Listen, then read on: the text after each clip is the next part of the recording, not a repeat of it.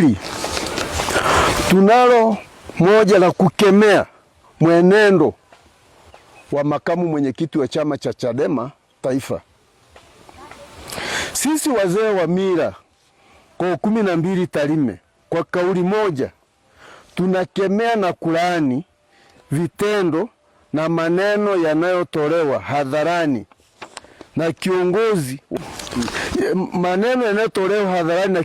huyo wa ngazi za juu wa kitaifa ya kutukana viongozi wa nchi yetu walioko madarakani, akijua yeye ni Mtanzania halisi ambaye anatakiwa atunze amani tulionayo katika taifa letu, ambayo ni tunu kwa ajili ya vizazi tuliopo na vijavyo.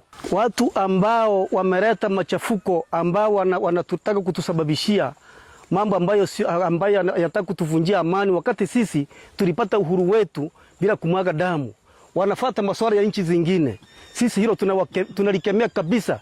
Vijana wetu waendelee kudumisha amani pamoja na Watanzania wote kwa ujumla, ili amani iweze kutawala. Hatutaki kusikia tena vijana wetu kutoka koo ya koo 12 ya Wakuria wote kwa ujumla wanaleta masuala kuvunja amani, kama John Heche anavyotaka kuvunja amani yetu, kitu ambacho ni batili kabisa, na hilo tunalikemea tena kwa ujumla. Hatutaki kabisa kulisikia, na kama atarudia basi vyombo vya serikali